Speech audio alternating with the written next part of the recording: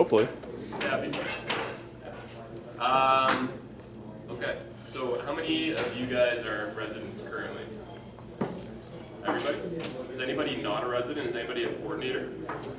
Not a resident? Okay. Are you here for... I'm a field clinician that did the program before, so. Oh, okay, cool. Right on. Okay. How many people are planning on challenging the exam April of this coming year? Just so we can get an idea for numbers.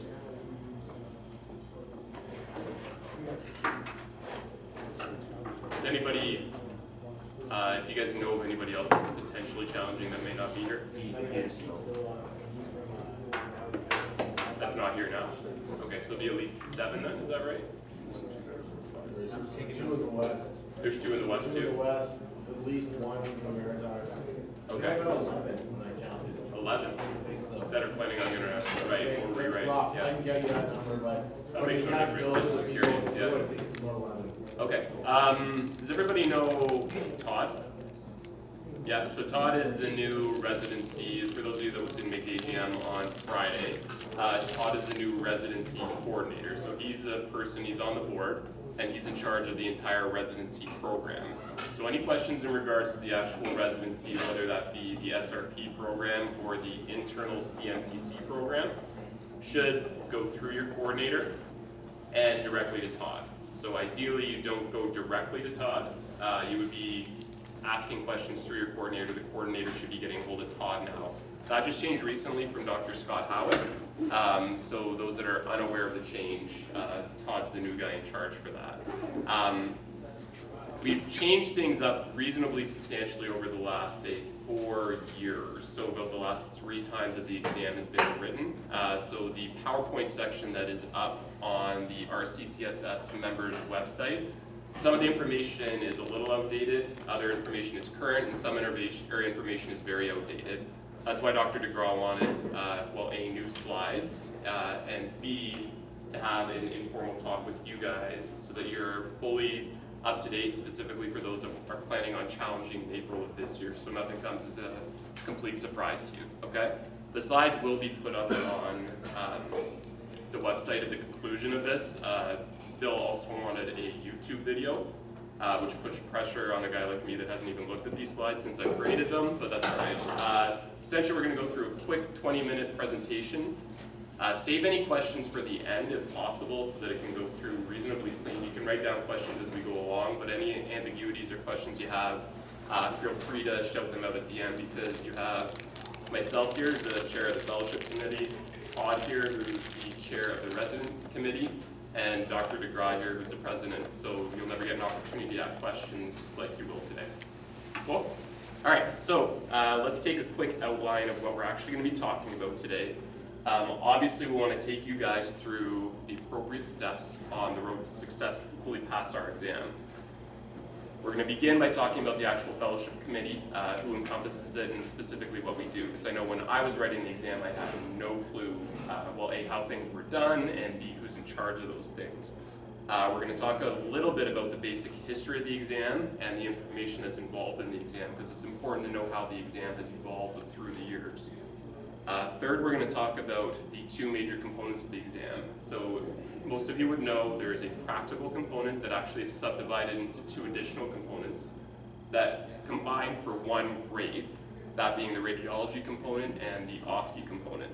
The second component that people tend to freak out about a lot more is obviously the written component. We'll provide a lot of information on that, as well as some of the newer stuff that we're doing, primarily around grading and statistics. We'll also talk about what it means to be successful versus unsuccessful, and the feedback that you now get that wasn't there previously. Finally, we're going to talk about some of the innovations and changes we've made to the exam over the past 4 years and its last 3 iterations. And finish with some common misconceptions as well as how to actually prepare for the exam. So this is the most common question we get by residents. I have no idea what to do. I have no idea how to study. We're gonna debunk some myths in regards to studying, and more importantly, some misconceptions about the actual examination process itself. There's a variety of rumors that go through. It wasn't that long ago that I wrote the exam myself. We're going to debunk some of those myths from a statistical standpoint. So it won't just be me saying, don't worry, it's just as easy for this group as it is for the other. We'll actually provide some backing to put you guys at ease, all right? At the end, we want people to pass this exam. The more sport chiropractors in Canada, the better. As those of you that attended the AGM saw, there's only 91 fellows currently. We want that to be more, but it is a protected specialty. We can't just allow fellows to come through very, very easily. So the exam is challenging, don't get me wrong, but the majority of people do get through, all right? So let's go through those slides one by one. We're going to start with the fellowship committee itself and what's involved with that. This is a list of the past chairs of the fellowship committee. So all the way back to Dr. Gord Lawson, who was one of the founding members of the RCCSS as it stands now. Still intricately involved, very difficult to keep on a timeline, but he was the very first fellowship committee chair that you see. You see a number of past presidents. In fact, there's 4 in a row there, minus Dr. Camperodi. Dr. Gringwith, Dr. Uchaz, Dr. Harrison, Dr. DeGraw. Those, I believe, in order are the past 4 presidents. Is that right? Are you projecting something? No, I'm retiring after this. You remember, yeah. So Dr. Brody was the fellowship chair until I took it over about 8 or 10 months ago. Currently, this is the setup. So I'm the chair of the fellowship committee. Dr. Brody is the past chair. He's now on the committee, along with 3 classmates and 3 other fellows of mine, Dr. Jacqueline Kissel, Dr. Kevin Sims, and Dr. Dave Schenkel. There are also a number of sub or para committees involved as well. The exam coordinators for the last 3 exams, plus the rewrite, have been myself and Dr. Dave Schenkel. That doesn't mean that we create the exam content, but we coordinated the exam itself. So we were the ones that oversaw the running of the examination. This is being taken over by Dr. Tracy Rowan, as well as an additional fellow that we're still in the process of completely securing. Now, we do keep the authors of the exam a secret for obvious reasons. We don't want people to be angry if they don't get passed. We also don't want people to barrage them with questions or try to get an unfair advantage before. This next time there will be new co-authors of the exam as well as some past authors, but you're going to find out every fellow has an opportunity to provide input and be an author of the actual exam itself. Dr. Brad Muir is the chair of the appeals committee. You'll find out a little bit more about the appeals process itself, but if there are questions following the exam, they go directly to Dr. Brad Muir. Dr. Janice Drover is the chair of the resident administration subcommittee, and as I mentioned, Dr. Todd Marshall oversees the entire residency program itself. So we know who is involved with the fellowship committee and the side committees now. The next question is exactly what we do. The first thing we do is call the exam date and book the venue. So all of you know that this next exam is going to be April 21st and 22nd. It will be taking place at CMCC. That is more difficult than you think. It's expensive. It's tough to secure the amount of space that we need, and most importantly, it's tough to secure the number of fellows we need, because you're going to see it takes a very large coordinated effort to run one of these exams, specifically the practical component. We also call for requirements. Recently, we allowed partial requirement submissions, and there is a reason for that. Just because you finish a requirement doesn't mean that it's always up to the standard that we require for somebody to write our examination. We take the requirements, they get distributed throughout the fellowship committee, and they get either essentially a binary mark of a pass or a fail. A fail requires improvement to be re-accepted for you to be able to write the exam. Because of this, we typically start the process 3 to 4 months out from the exam date, because we need to allow you guys enough time, if you don't have a successful submission or a portion of the submission itself, to have time to alter that submission and resubmit and still have enough time to study for the exam. Because obviously the closer you get to the exam writing, the more you need to be concentrating on studying for the exam and less so on preparing your requirements. Therefore, we started a partial submission so that some of the onus is taken off, so that A, we're not barraged with way too many requirements in a very short turnaround period, and more importantly for you guys, if there are unsuccessful requirements, it should be lessened, because you, in theory, should have already been submitting requirements along the way. There's no limitation. You could be writing the exam in 3 years, and when we call for requirement submission, you can still submit requirements. So if you have, a case report from Dr. Kazemi's class or one that's been co-authored by one of your residency coordinators, and that's all you've done, submit it. Get it checked off the list. We keep tabs on all these sorts of things. It has a dual purpose of lessening the onus on us, as well as less stress on you guys closer to examination time. We also develop the exam and coordinate volunteers. There is a number of volunteers required to complete one of the exam processes, as you are going to find out. We administer the exam, we do the statistical analysis after. Again, you'll find out more about that in a moment. We ratify the results and then write a formal documentation to the board and recommend new fellows. So we make recommendations, but at the end of the day, it has to be ratified by the board.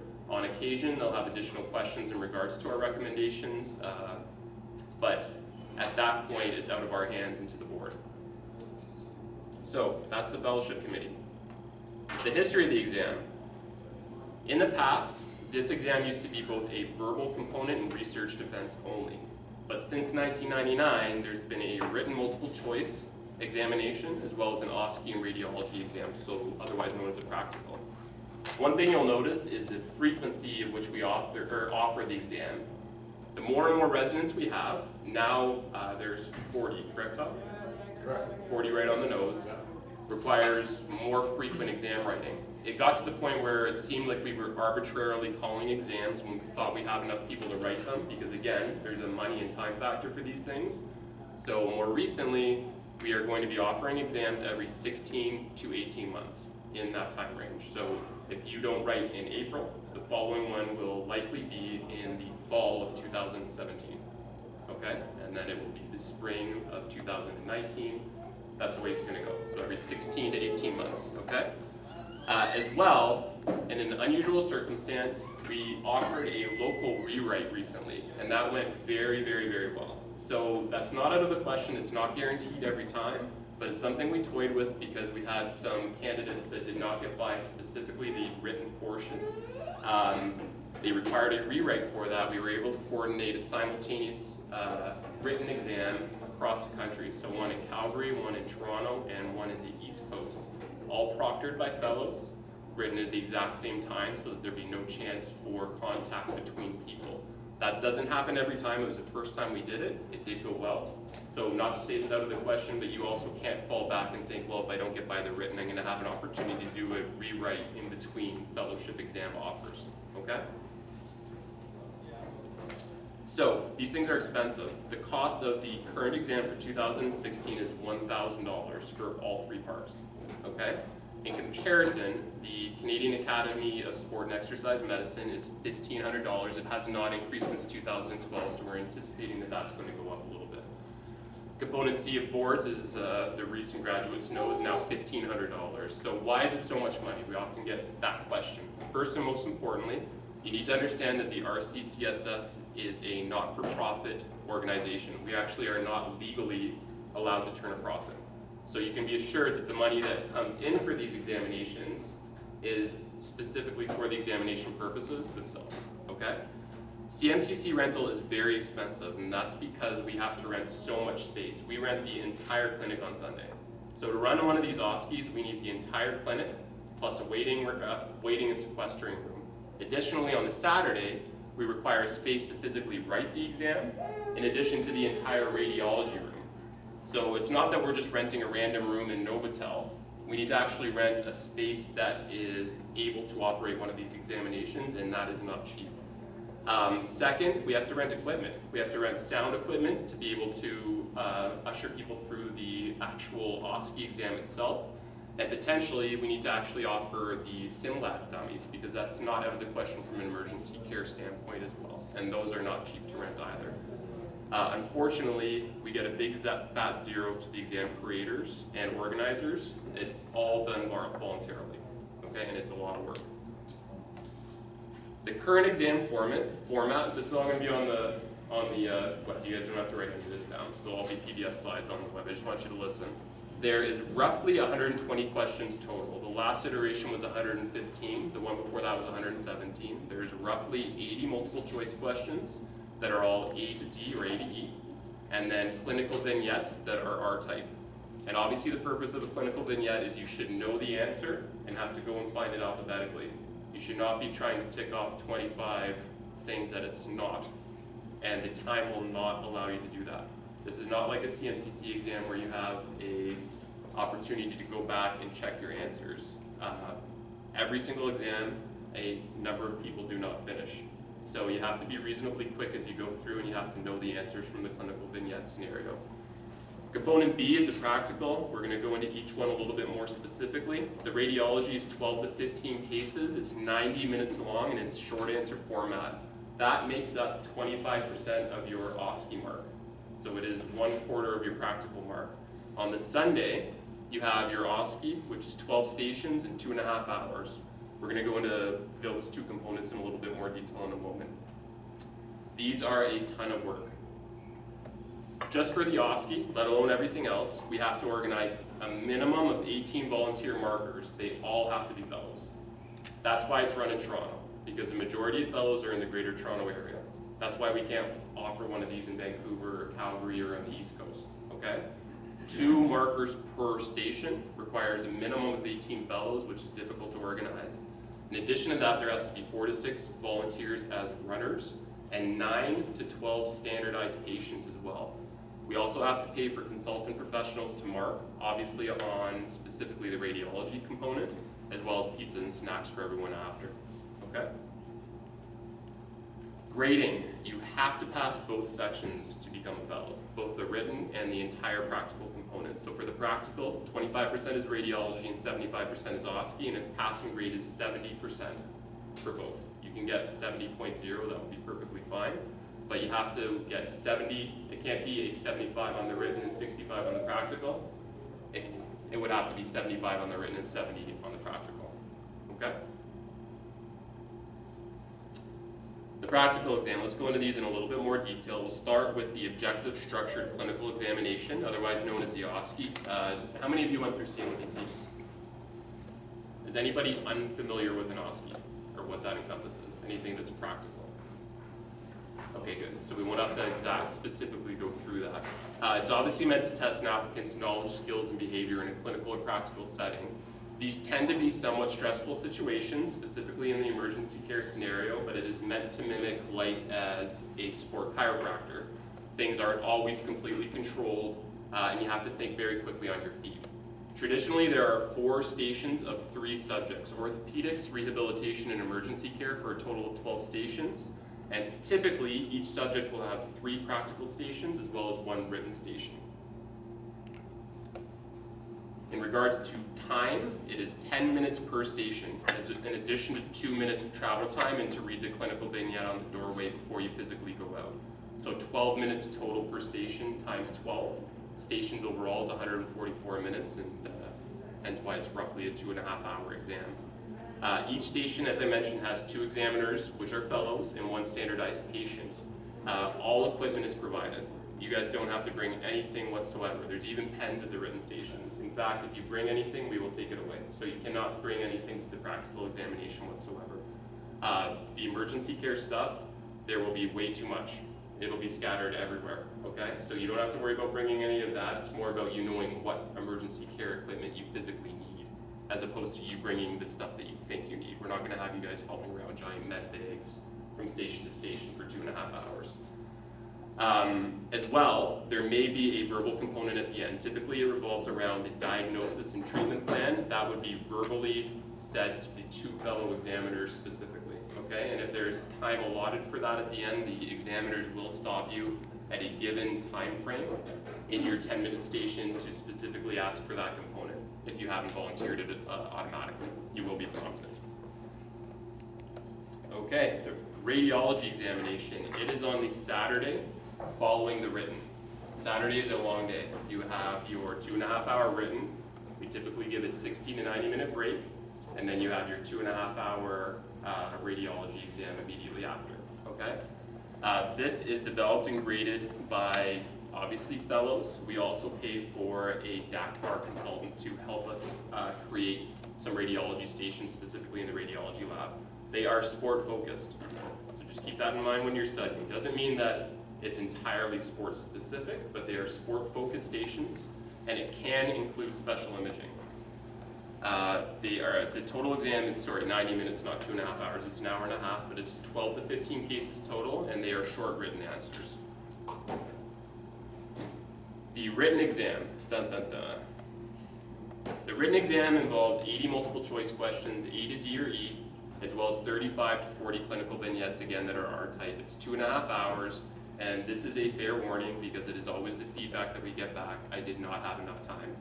Just like the OSCE, the written examination is meant to test the knowledge of a sport practitioner, where often it is under a high pressure scenario. You will not finish with 30 or 45 minutes at the end. There will always be a percentage of people that challenge the exam that physically don't finish the written exam in time. It's not that you have to physically fly through everything, but we do time with content validity prior to make sure that fellows can finish on time, but it is more of a stressful time-based exam than a typical exam that you may have had at your chiropractic college. You should have time to finish, you should have time to finish, but just know that time is typically something that we receive on the feedback form saying, I would have liked 10 additional minutes to check my answers, or I finished with 3 clinical vignette questions that I didn't get to finish. Nobody ever finishes with, I didn't get 15 out of the 35 clinical vignette questions done. It's not that bad, but people are tough on time for this examination.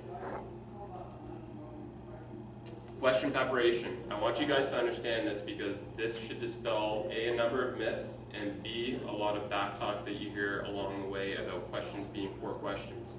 This is an excessively long process. It begins from the fellowship committee emailing all fellows, so all 91 people through Bill Nielsen, requesting questions. They have to be multiple choice as well as clinical vignettes and OSCE stations.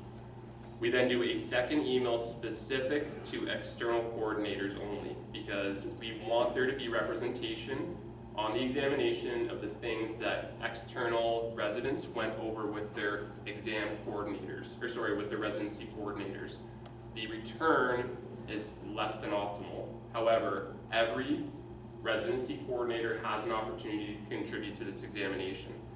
Then we have a third email, typically with a 4th, 5th, and 6th email to all fellows within the last 5 years, because they tend to be the most current fellows in regards to literature itself. Questions are submitted and they have to be attached with high quality research papers as sources for their answers. This is secondarily vetted by fellows to make sure that the question matches the research paper. They are not ambiguous questions pulled out of thin air or what a particular fellow thought. Every single question has a research paper to back it, all 80 multiple choice. Obviously for clinical vignettes, we provide enough information for a clinical scenario. That's not always from one particular paper itself. After that, every single question is reviewed by the 2 exam creators. Sometimes there's more than 2 creators itself. Every single exam, we cycle out a particular percentage of old questions to ensure that the exam stays relevant and contemporary. We are typically limited in terms of how many questions we are allowed to cycle out. When the past exam creators took over the exam, it was of the opinion that it was fairly old. With your exam or the next exam that comes up, 100%, greater than 100% of the questions will have been cycled out over the last 4 exams. So if you go back 3.5 years, 100% of the questions will be new. So these are new recent questions. Doesn't mean that doesn't mean that all papers that they're drawn from are from the last 3 years, not even close. But it does mean that they are all new compared to 3 years ago or 3.5 years ago, okay? Unused questions are banked for potential future use. We don't often go back to that bank, but we do have a bank of questions for ones that are submitted that we don't end up using. At the end of this, questions are then determined to be from a particular topic. And you guys are actually provided with what percentage from each topic for the exam itself, and I'll go into that in a moment. Following this, we typically send the exam to 1 to 2 fellows to go through the entire thing with track changes for their remarks on potential conflicts, ambiguities, or questions that they feel is unfair. If we think that changes required or are required, we will make them. If we disagree, we won't. The exam is then written by a handful of fellows for content validity and for timing purposes. We physically grade those exams to ensure that people can still pass. And these are fellows that are well read, but it's not like they've studied like crazy for 4 months either, okay? And following all of that, we then submit the exam to the exam coordinators to actually be given, okay? It is a very long process, it's very labor intensive, but it's entirely to ensure that the exam is fair, it's valid, and it's contemporary. Grading. You need 70%, like I mentioned, for both. The practical has 25% radiology, 25% rehab, 25% ortho, and 25% emergency care to come up with 100% total. And you require 70% out of that 100% to pass as well. You have to pass both components to be recommended to the board to become a fellow. With a written exam, we actually pay CMCC to use your Scantron, okay? There's a specific reason for this. A, it's labor intensive to mark these things by hand, but secondarily, you guys do circle the answers by hand. So we ask that you circle the answers on the actual exam and fill in the Scantron bubble so that we actually have the written exam if there's ever a problem with them. All of the old exams from the last 4 writings are in my storage at my clinic. So if there's ever an issue, we go back and physically look and say, did the question bubble actually match what they put in the Scantron?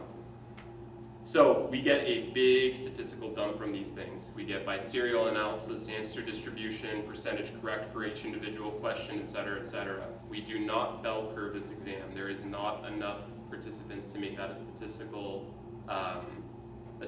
relevant thing to do. On a very rare case, we will remove an unfair question. We can find that out from the Scantron results themselves, okay? But to go for how rare that is, of the last 2 writes total, there have been 2 questions removed. So essentially, because we've done so much analysis going into each exam, the exam is as is coming out the other end. Okay, so if you think you did poorly and everybody else thinks they did poorly, chances are they did better than they thought, and the exam doesn't actually physically change in and of itself. Overall results are also studied for standard deviation and standard of error, of course, but typically we don't really need to alter the exam when it's all said and done. But do know that there's a giant statistical analysis done as well, okay? Like we mentioned, successful candidates obtain 70% in both parts. They've already met the other requirements. We recommend to the board to become fellows who then get ratified, and new fellows are presented at the AGM like they were on Friday.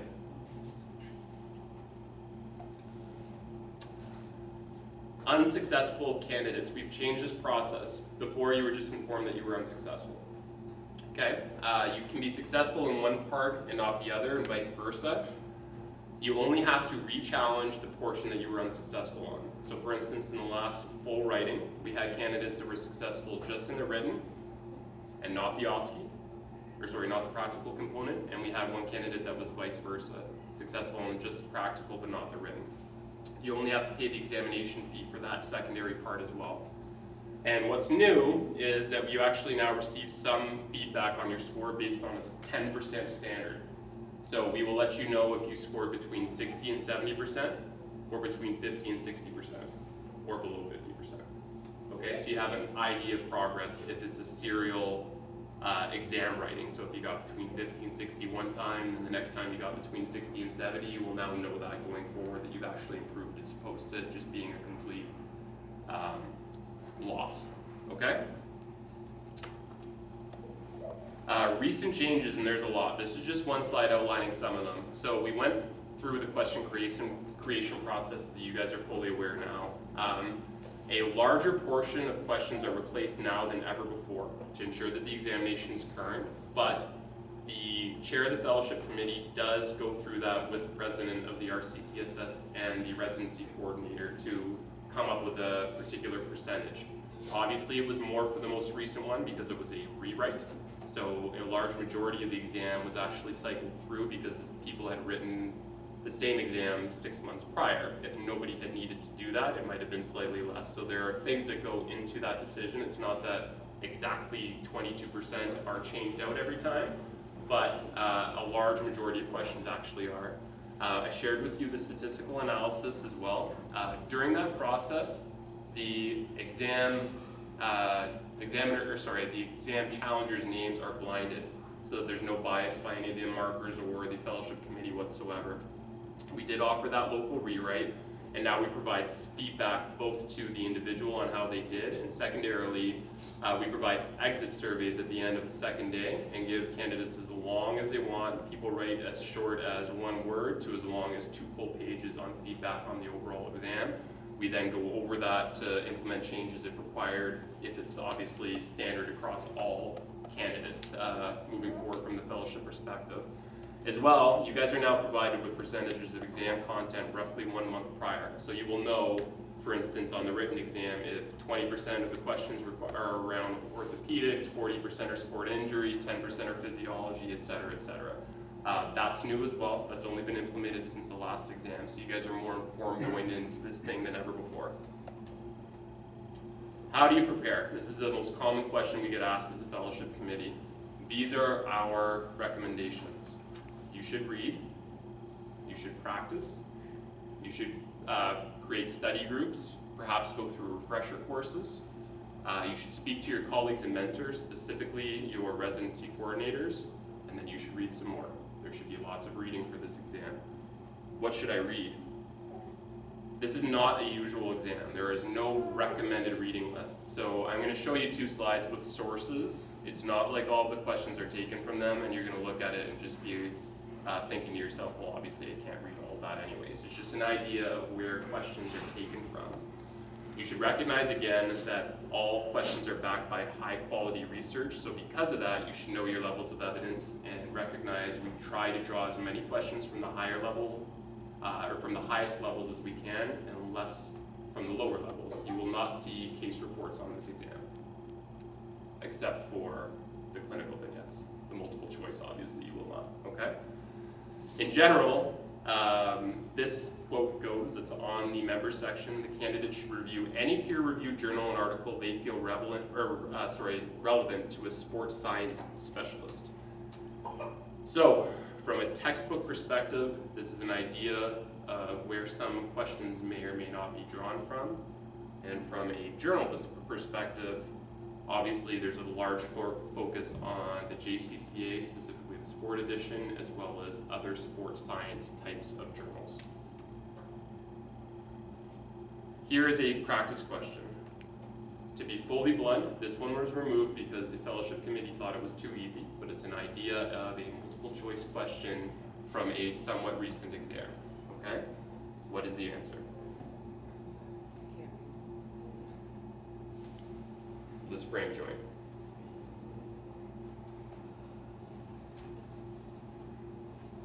How many say A? C. C is the correct answer.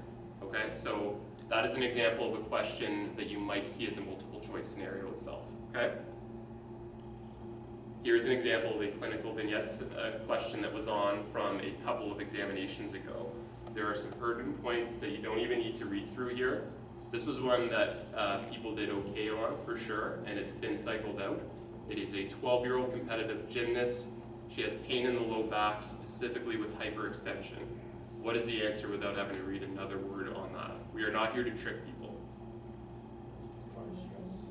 Sure, so spondy. So you should know that. You should be able to go to your R-type answer list and see acute lumbar spondy, okay? That's an example of 2 different questions or what questions look like. Finally, we need to dispel some major myths in regards to this examination. Again, it wasn't too long ago that I wrote, so I know that these things float around. First and foremost, external residents cannot pass this exam. That is BS, okay? So the last full writing we had 11 candidates, so it was actually the highest number of people challenging the exam that we have had in over a decade. The second highest mark overall was an external candidate for both sections. Internal as well, the written as well as the OSCE component. And we had 6 internal residents challenge the exam. So it's not that it was internal,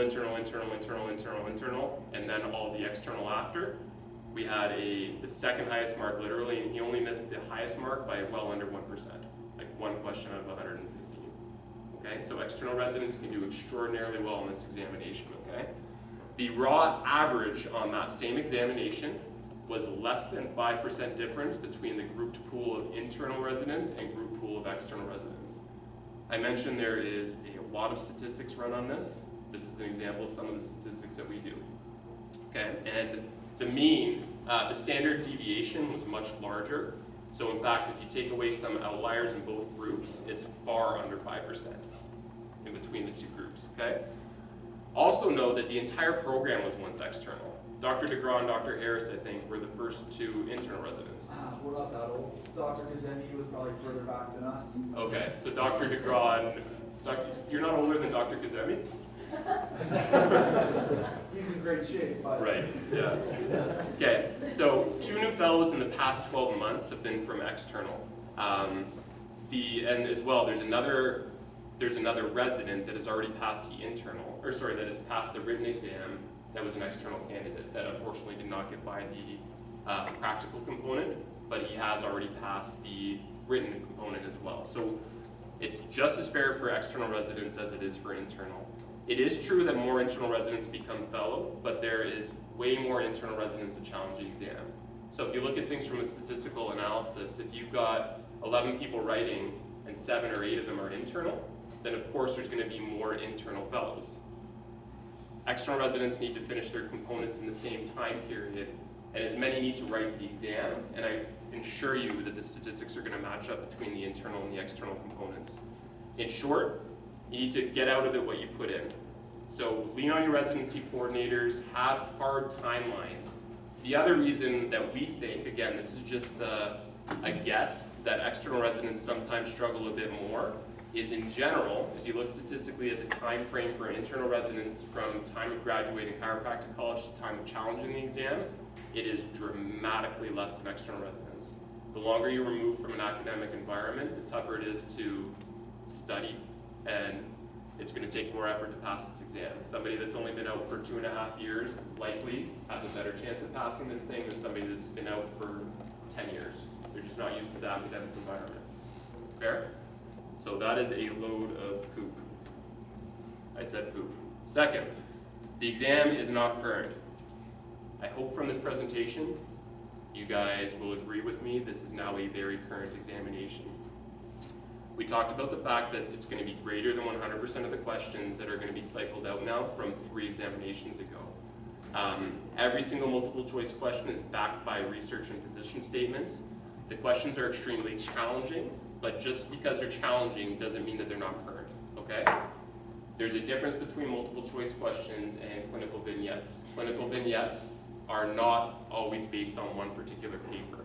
It would be like that last one, where there is obviously a variety of sources that you would know a 12-year-old gymnast with hyperextension likely has a PARS problem. Agreed? So it's not always that it's taken from one, injury epidemiology in 12-year-old gymnast's paper. It's a grouped knowledge base in regards to creating the clinical vignette scenarios. Misconception number 3, that the exam is nearly impossible. The last full writing, 3 candidates on raw scored above 80%. And all 3 of them thought they failed. It's a challenging exam, but again, 3 candidates exceeded 80% just on raw score without any analysis whatsoever. And numerous others scored above 80% on the practical component. Traditionally, we have a very high overall success rate for both components. We are not trying to trick you whatsoever. Again, we want there to be more fellows out there, but it's a protected examination. Here's an example. I have a patient right now that just moved to California. She's been a lawyer for 12 years at a very high quality law firm here. Do you know what the bar does in California? Any ideas? They only allow the top 20% to become lawyers. So if you're writing against 2,000 Stanford grads, you are screwed. Seriously, 20%. You could get 95% on the bar exam in California and not become a lawyer. If 20% of the people scored higher than you. It's protected. The RCCSS is also protected, so the examination is meant to reflect that. Misconception number 4, I will not have enough time to complete the exam. I think we went over this in detail. You will have enough time. You probably will not have enough time to physically check over the exam, to be blunt. So don't write in haste. You should be thinking about it. But one of the big exit survey consistent feedback things that we got from the last full writing was, I wish I knew that it was a time crunch. So this is me letting you guys all know it's a time crunch, okay? Lastly, that the emergency care stations are a write-off. This has been something that's been around for years and years. Ace the rest of your practical, bomb the emergency care because there's no point. These are the raw scores from the components of the last examination. No statistical analysis whatsoever, okay? And you can see people in emergency care, it was equivocal. It was essentially the mean of all the other scores themselves. Emergency care is not impossible whatsoever. If you're smart, you might book a sport first responder research a month before the exam.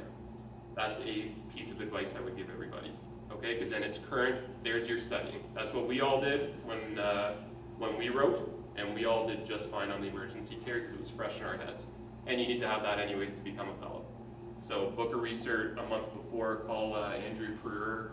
If you need her contact info, I can provide it for you. She typically does little private ones, and you can even make it somewhat specific to a sports chiropractic scenario. But don't just write off emergency care. Typically, as you see here, people do just fine. Overall, it's a long road to become a fellow. It's meant to be that way. But we obviously want you guys to be successful because we want to welcome you as fellows across Canada. And the more robust the fellowship becomes, the more members we have, the better off we are as an organization. Questions? I'm going to ask Dr. Seaman first. Go ahead. Question and comment. Question would be, fellowship candidate writes, passes the written part, does not pass the practical part. My understanding, they can write the practical part in a supplemental. Yes, Correct. the next offering. Next offering. Yeah. Now, if they do not pass that part, so essentially they fail twice in a row. Yes.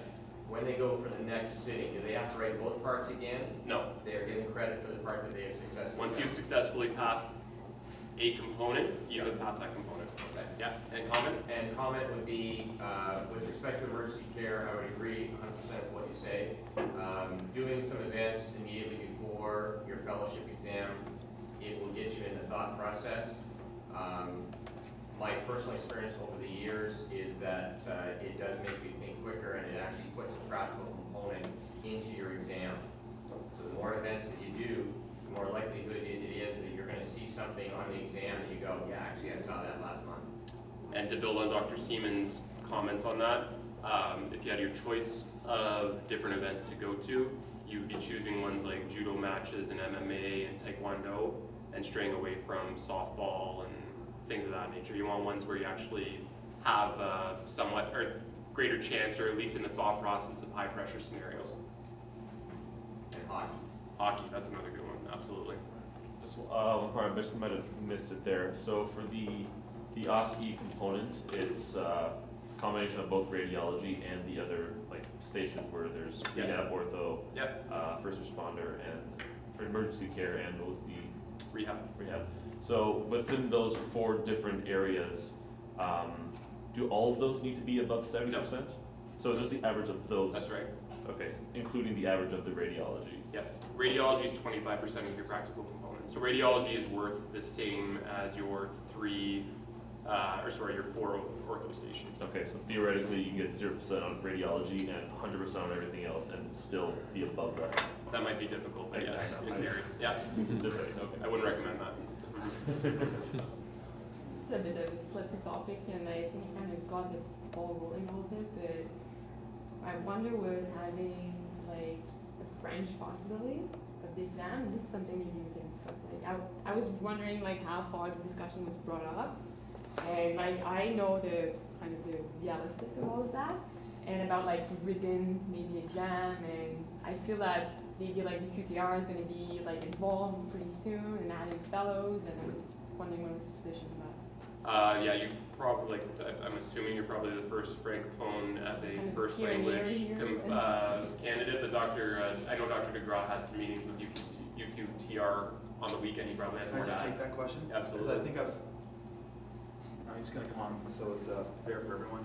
But I'm just gonna take that question, because I've been in a lot of talks with UQTR over the years, Mhm. and obviously it's come up about the idea of the exam. It is an English exam first and foremost, and that's actually published. The second thing is though that now that we do have the possibility of French candidates coming through the program as their primary language, the one thing that we know we'll do for sure is allow for accommodation. So that might be, and just like if there was other issues, just like at CMCC or other universities, when people have concerns, then we might allow for accommodations. So this might create, and this would have to be probably applied for ahead of time. If someone thought they needed accommodation, they would have to let the committee know, let the fellowship committee know, let the director of examinations know that they have this concern and they want to know if they could have accommodation. I think accommodation might include, and this isn't decided upon, so right now I'm just more speaking theoretically, but we have started to think about it more. And one thing might be accommodation for time, because certainly if you're doing a written examination and your primary language is French and you're writing an exam in English, we might give that candidate more time. The other idea that would be quite easy for us to do is to possibly put a fellow in the room who's bilingual to help with any translation on a certain question as needed. So you might not need time, you've got a translator. The translator might also take time, so we might take into account the amount of time someone took with a translator, and that might relate to accommodation. In regard to the OSCE examination, I know from experience that the majority of our fellows that are involved in the OSCE examination are not bilingual, so in all likelihood, that whole process will be in English. Because we have some bilingual fellows, and if we knew we had one or more French candidates coming through an OSCE, it wouldn't surprise me if we were capable of producing a bilingual station. So as English candidates come through that station will run in English. When a French candidate comes into that station, we could run an individual station in French, like one or maybe two. That'd probably be max, because we don't have that big a resource as far as bilingual fellows go. Yeah, I Anything more on that really point? understand the kind of the OSCE component of it, but like we're not a lot. Something I was wondering maybe like the written part, but since you're saying it's English, I was wondering because kind of CASM, we were. Yes, CASM runs a large exam. I've been involved in it. So both myself and Dr. Lara DeGraw, Lara is bilingual actually, so Lara was actually in the French component of their exam. They have about 100 people going through that exam. It's massive. It's well run. They have the manpower to both within their, well, actually they have to reach out to other communities just to support the bilingual stream of their exam. But so far for us, that would be what I can answer about that. Any other questions from anyone else about that? Thank you. Dr. Seaman? Yeah, I'll discuss it directly with Dr. LeBron. Okay. Additional questions. Now's your guys' opportunity to ask anything. Again, even if it's something that you think wasn't clear, you think you have a good idea, please do ask, because again, this is going to be on the RCCSS website, so somebody else that's watching may be unclear and not have the opportunity to ask. I just had a question about the timing. I understand that we have 5 years to complete the residency program for. So, okay, I'm going to stop that at nothing has been completely ratified yet in regards to, that's in discussions right now between the fellowship committee and the board in regards to total time to completion. Specifically, the component that has to be ironed out prior to that will be how many times somebody is allowed to write an exam. Yeah, so that question in case you're. yeah, so that will be ratified by the next AGM a year from now. There'll be something in place for specifically how many times somebody is allowed to challenge the exam, and secondarily, how long somebody can stay in a residency, because obviously that part plays off of the first part. Yeah, that's what my main question was, if all your requirements are completed, but you're not successful in whatever the OSCE or the written. You obviously have an extenuating circumstance in that nature. Yeah, we're talking primarily to first right. Okay. Yeah, so like, and specifically because we're only gonna offer this thing every 16 to 18 months, it's essentially two separate components. So one, to essentially get to set, second, for how many opportunities you have to write to begin with. Further questions? Yes? The reading list on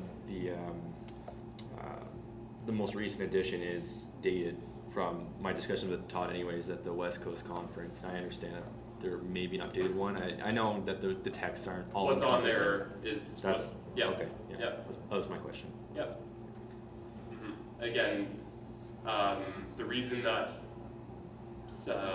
bioresearch and statistics is a component of this is that you guys are aware of qualities and levels of evidence. Spend more of your time on things like meta-analysis and position statements as opposed to individual case reports or even case series. Further questions? All right, I guess I'll see 6 of you anyways in April. Wait, Dr. DeGroff, one more question. I just want to thank Dr. Peter Kissel for putting this on. I mean, the Kissels just had a baby about 3 weeks ago. So thank you very much for putting You're on this welcome. My presentation. pleasure. And it was fantastic. I did this presentation in Vancouver, and well, it doesn't compare. So Pete, thank you very much. I'll gladly take a free